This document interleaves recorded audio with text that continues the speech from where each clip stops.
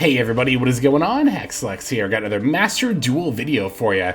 Now that we have the latest selection pack, it is time for our updated Yubel deck, adding Veridrus, the final bringer of the end times, a very powerful rank 10 Xyz monster that adds a very powerful Omni-Negate effect to our end board.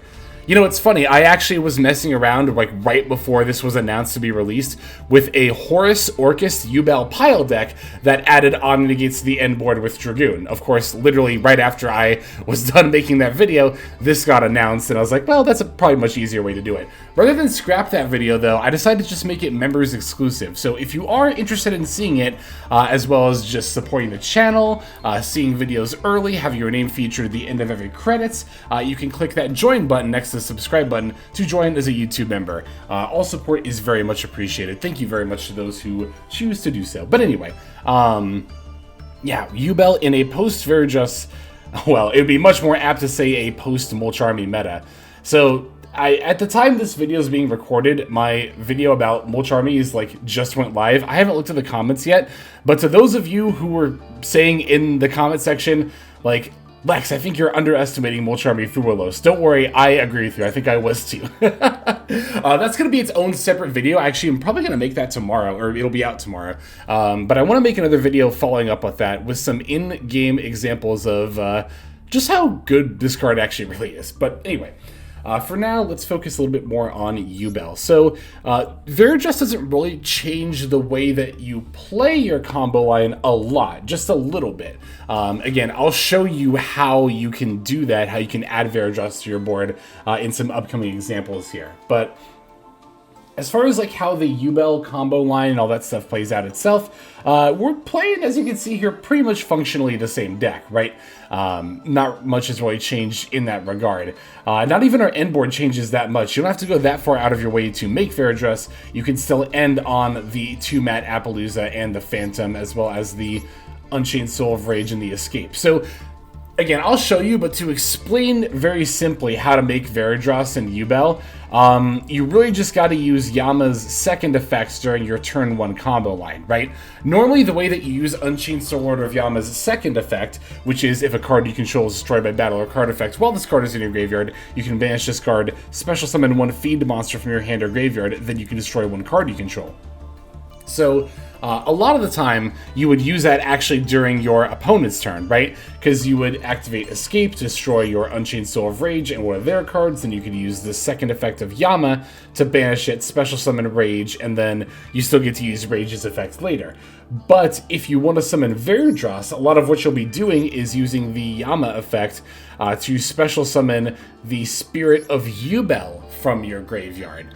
From there, you can, if you have Yubel that in your hand, deck, or graveyard, you can then use the Yama effect, pop the Spirit of Yubel. That'll trigger the Spirit of Yubel effect to, well, summon Yubel. But either way, you get a level 10 monster on the field. So it's often just that one extra level 10 body that you need to be able to make Veridrus. The other level 10 body will typically come from something like the Grave Squirmer summon, or, potentially like a Gate summon, or use of an extra body through Nightmare Throne's effect, etc., etc. So, again, I'll show you more examples of that, but if you want to know just generally how to do it, that's how you would add the Veridrus to your end board. There's a lot of 2-card combo lines where you can do that as well, but I'm not quite as keen to show all of those necessarily, because they all play out pretty similarly to what I described. And also, and I've touched on this in other videos before, I think Yu-Gi-Oh! Has come to a state where you can't really reliably plan on having a 2-card combo. It's I guess it's really more that your planned combo lines should be your 1-card combo lines. If you get an extender and get a 2-card combo line, in a lot of decks, including Yubel, you can kind of just do whatever you want at that point. So, yeah, you can summon Veridrus, but you can do a lot of things, and you can summon Veridrus just about any 2-card combination of, starters/extenders, of course, but Again, there is the one card line that I will show that summons that. But why don't we go ahead and do that now? Instead of me sitting here and yapping, let me break down this list card by card. I'll show you that combo line, and then we'll get into those games. So for this deck list, we're on 1 Effect Veiler, 1 Chaos Summoning Beast, 3 Samsara D Lotus, 1 Gruesome Grave Squirmer, 3 Maxi, 2 Dark Beckoning Beast, 3 Ash Blossom and Joyous Spring, 3 Molcharmi Fuwalos, 1 Unchained Soul of Sharvara, 1 Yubel, 2 Spirit of Yubel, 1 Yubel Terror Incarnate, 1 Nibiru the Primal Being, 1 1-for-1, 3 Puri-Rees Map, 3 Nightmare Throne, 2 Opening of the Spirit Gates, 2 Nightmare Pain, 2 Called by the Grave, 1 Cross-Out Designator, 2 Infinite Permanents, and then finally 1 Escape of the Unchained. That's going to be our main deck.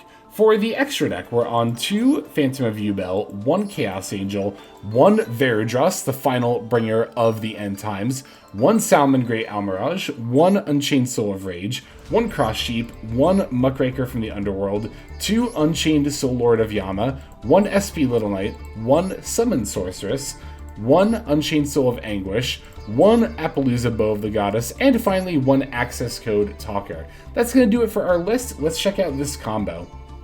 Okay, so I'm going to show you how to make Veridros as part of a 1-card combo line.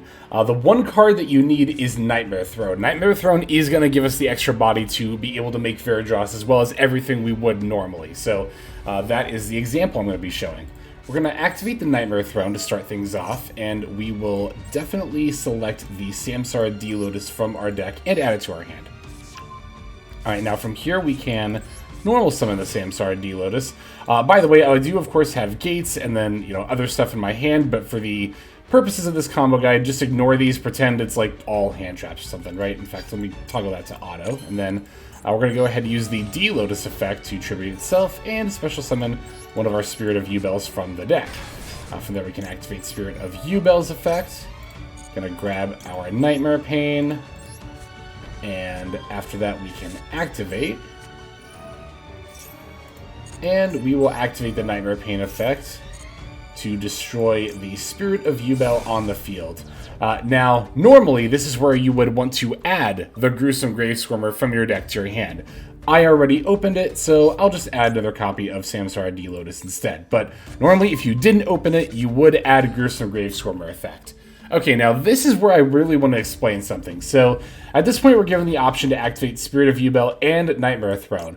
We want to activate Spirit of Yubel, but I would not activate the Nightmare Throne here. Here's why. Nightmare Throne right now is trying to add and then special summon Terror Incarnate. However, as we're about to see in a second, Spirit of Yubel is going to summon regular Yubel. We can special Grave Squirmer, pop it, and summon Terror Incarnate that way. We can actually use Nightmare Throne later in order to get an extra body, but this is not the time to be doing that. So just want to make sure to point out that timing. Like I said, we'll summon Yubel. Gruesome Grave Squirmer is going to activate to special. We do want to destroy a card. That'll be Yubel. And this is how we're going to summon the Terror Incarnate. Again, we're not going to activate the Nightmare Throne effect right now, because we're about to get the Terror Incarnate anyway. So we're just going to activate Yubel effect and not Nightmare Throne. We will do it later, but not right now. Alright, at this point, we want to link summon Cross Sheep using Gruesome Grave Squirmer and the Terror Incarnate on the field as our materials. Alright, don't worry if you see this, miss the activation time, you cannot activate. This is fine. This is supposed to happen. It looks really scary when it comes up, but don't worry, it is all good. Now from here, we're going to special summon our Phantom of Yubel. I'm going to do this by putting back specifically Yubel and Yubel Terror Incarnate back into our deck. Everything else in the graveyard, we want to stay there. We of course want to put Phantom of Yubel into one of the zones Cross Sheep is pointing to. That way we can activate the Cross Sheep effect. And we'll just go ahead and special summon the Samsara D Lotus. Alright, now from here, we're actually going to link our Phantom of Yubel and Samsara D Lotus into the Unchained Soul Lord of Yama.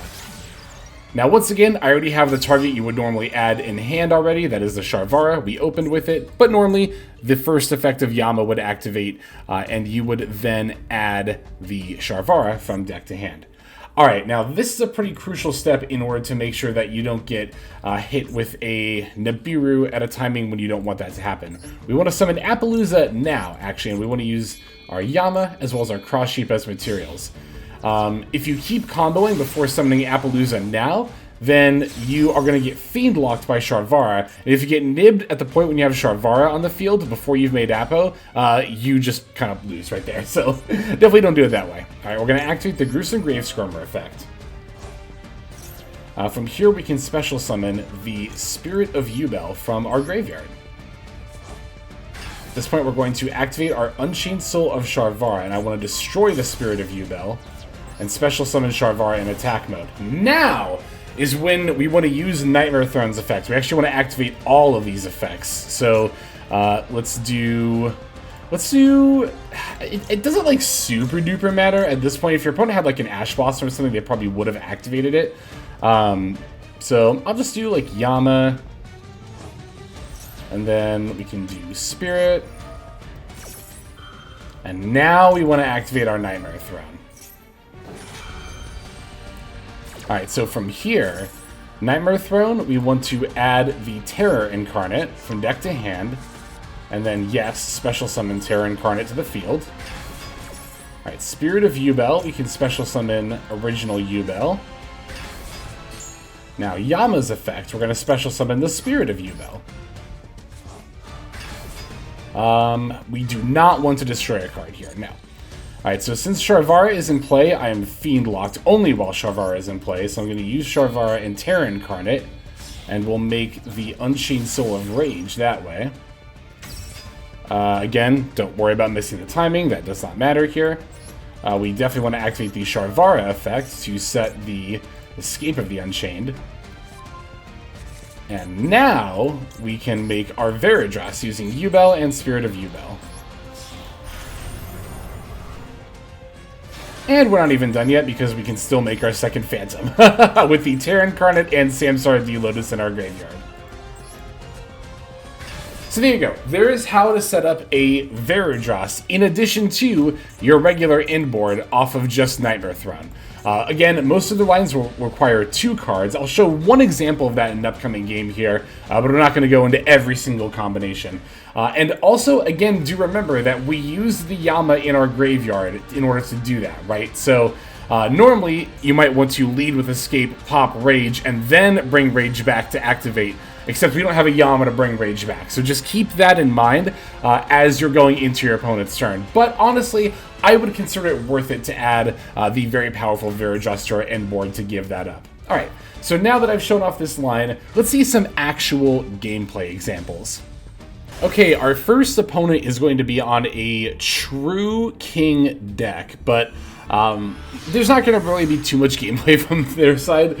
This is going to be more showing another example of a turn 1 combo line. So here, as you can see, we opened Piri-Ree's map as well as Opening of the Spirit Gates. And this is one of those 2-card combinations that will let you get into Veridras. Just having Dark Beckoning Beast plus Samsara D Lotus in general is very good for this. So we're going to normal summon the Beckoning Beast, grab the other opening, summon D Lotus F, we can tribute. Remember that we can use this because we normal summoned it. You have to normal summon the monster you add off of Piri-Ree's map, and thankfully Beckoning Beast is an additional normal summon. Pretty standard stuff from here. Spirit for Pain, Pain pop Spirit, add the Gruesome Grave Skirmer. We're going to summon that, popping our Yubel that we just summoned. Yubel effect summons the Terror Incarnate. From there I can link off Terror Incarnate and the Grave Skirmer to go into our Cross Sheep. This is again why I don't feel the need to cover every single 2-card combo that summons Veridras. They all play out very similarly. Alright, now that Phantom's in play, we can link off the Beckoning Beast as well as that D Lotus we brought back off of Cross Sheep for our Yama. Yama's effect gets to activate here to add the Sharvara. Going to link summon into our Appaloosa. We definitely again want to do that before we get Fiend Locked. Although this combo line in particular, I think actually keeps the Phantom in play. And we don't even need to use the second one from our extra deck, which is very, very nice. And not very common, but it is possible. So, yeah, Sharvara popping the Spirit. As you can see, we're also using the Yama effect here. I think I do actually end up using the second Phantom. We'll see, we'll see. Anyway, so Spirit's coming back. Spirit F for Yubel. Oh, we still haven't used Gates yet. So that's where we can keep the Phantom in play. I can even add back the Gates that I pitched off of Gates. From there, Sharvara and D Lotus are going to link into the Unchained Soul of Rage. Sharvara F, setting the Escape. And then now we can overlay for the Veridras.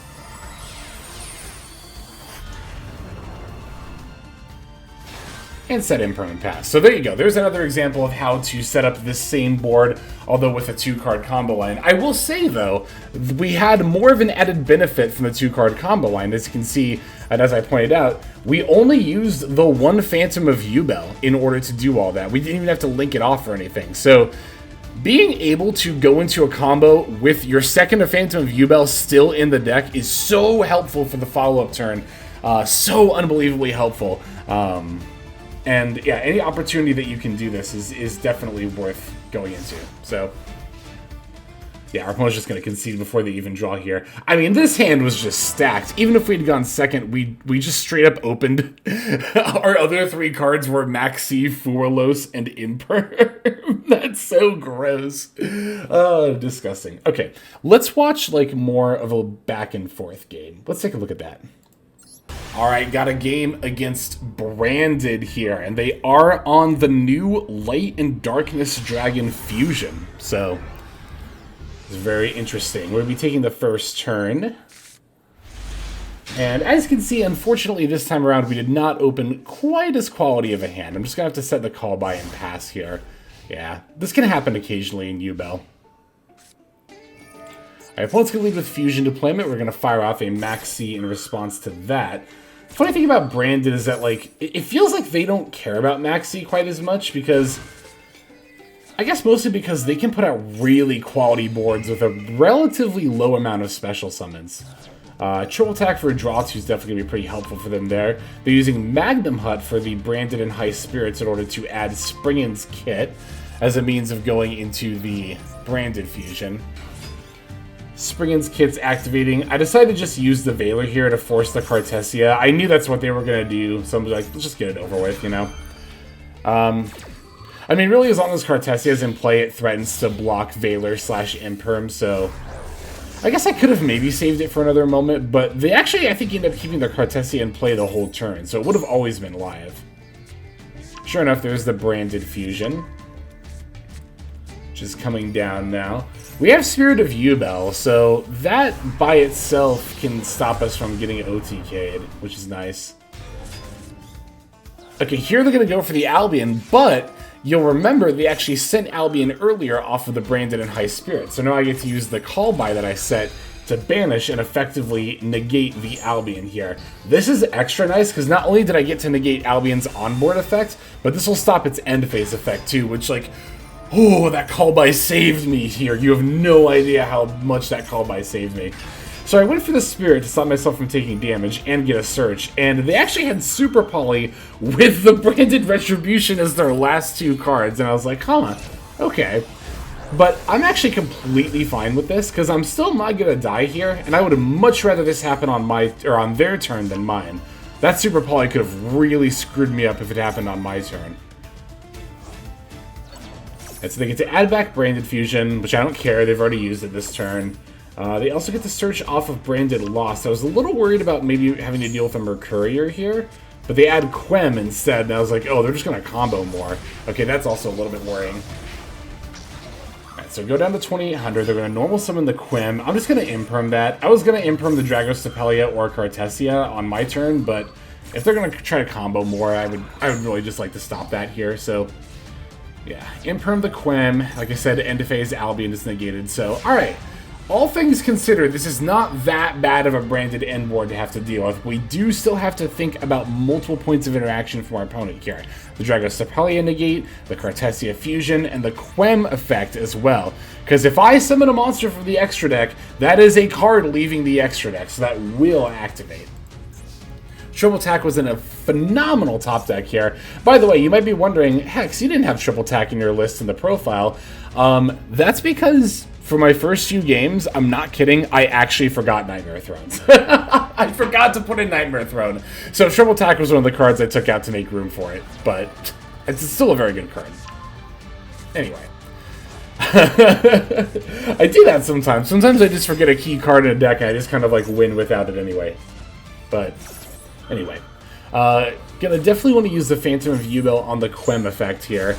I'm very glad to have gotten this effect out of the way. That's why one of the reasons why I led with Phantom. Leading with Phantom would have been correct here regardless, but being able to deal with Quem so early is very nice. Alright, so here, Opponent's going to summon Albaz and try to fuse, presumably with my Yubel. I'm going to chain Gruesome Gravesquirmer, but what I totally forgot while doing this is that this would cause the Yubel effect to miss timing.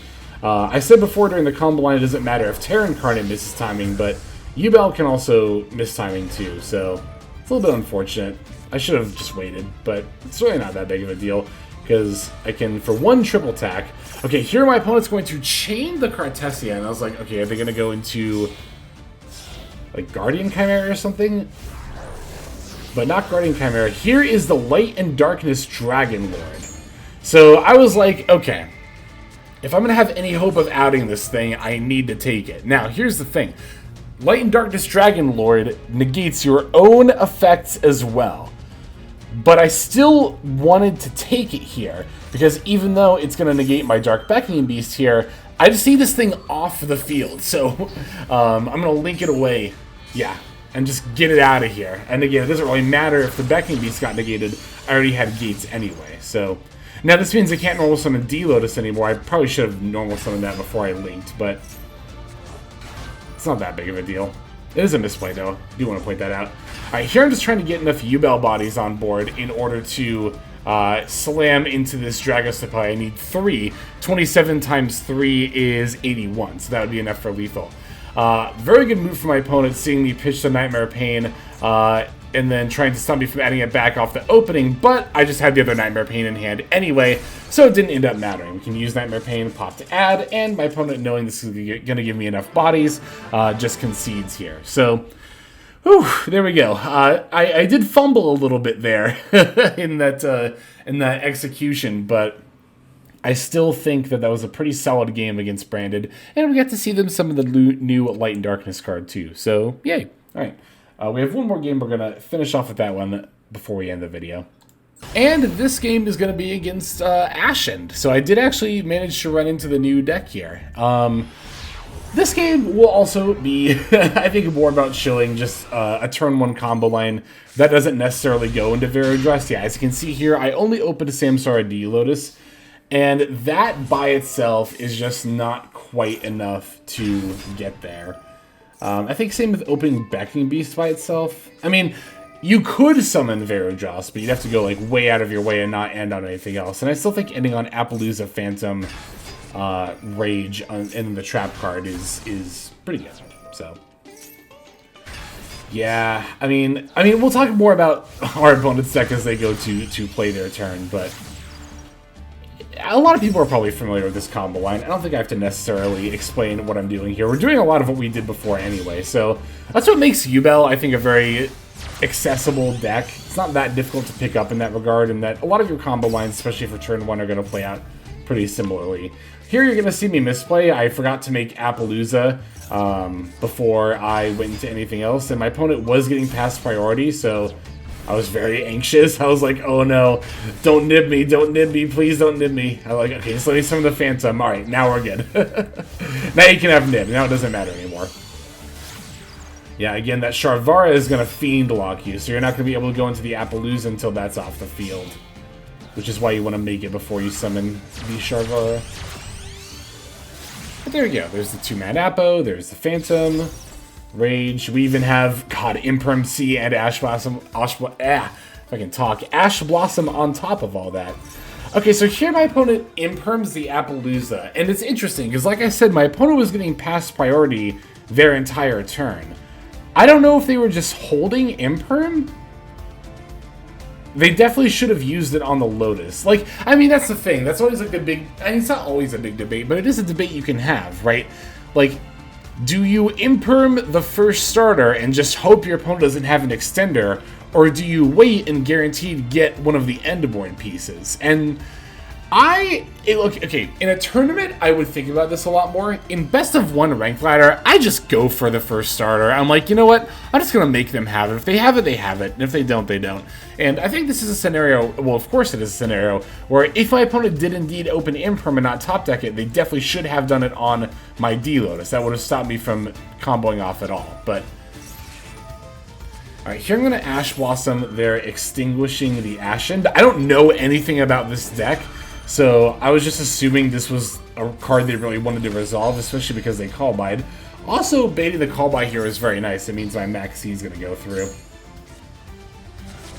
But yeah, this is pretty much just Foolish Burial for them. Rekindling the Ashen is going to put that back to negate my Phantom. And then they're banishing the Extinguishing to Fusion Summon. Going to chain the Max C to the Fusion Summon effect here. And, like, yeah, they've negated Appaloosa and Phantom, but they've also went literally all in on whatever it is they're about to summon here, which is Embers of the Ashen. So this card, you are going to field spell in your graveyard and add it to the hand. They don't have a field spell in grave, so that doesn't do anything. So the damage shift, this card battles an opponent's Pyro monster. You can destroy that opponent's monster, and if it is your turn, this card can make a second attack in a row. Okay, I don't control any Pyro monsters. So this thing is just a 2900 vanilla monster. I was like, and I was doing this in real time too. I was like, okay, what about the cards they sent? Surely these must do something in the graveyard, right? If your opponent controls a monster, 2800 more attack. Trade this card, bounce a card. Okay, that's not going to do anything. Shaman of the Ashen. You can target 3 of your banished primals in your graveyard, shuffle them, add the field spell. That's an on-board effect. So yeah, this deck just kind of didn't end up doing anything. I just was like, okay, flip up escape, pop your dude, Yama F, bring back Rage, and you just like don't have any plays now? Question mark? And yeah, they just didn't have any plays after this. So I'm not saying Ashen isn't a cool deck thematically, but it doesn't seem to me, based on this performance, to be the best deck. Anyway, so I don't know if I'm going to see Ashen again, so that's why I wanted to feature this game, just to kind of like at least show one game against them. But I probably will at some point. Anyway, that's going to do it for this game and this video. Thank you so very much for checking this out. I hope this one was helpful to you. But yeah, let's just go ahead and move on now to our outro. Hey everybody, Hexlex here. Just want to give you a huge thanks for watching all the way to the very end of the video. Believe it or not, that is actually one of the best ways that you can support the channel, is by watching the videos in their entirety. But there are many ways in which you can support the channel if you are so interested. The names that you're seeing on screen here, I gotta give an extra special thanks to, because these are people who have chosen to either become a member on YouTube, which if you're interested you can do as well via the join button next to the subscribe button down there, or have signed up over on Patreon and become members there. Link to that is going to be in the description below. Without the support that is being offered by, again, all the people that you're seeing on screen right here, I would not be able to take the time to dedicate to uploading daily YouTube videos. So thank you so very much. But there are also other ways you can support as well. Again, link to the description below. If you like my deck tracker that you'll see in a lot of my videos, the Untapped Companion, you can download that for free, and if you use my affiliate link down there, then that also goes a long way towards supporting the channel. That's, again, free. So is subscribing here on YouTube. That's also free and a huge way to support.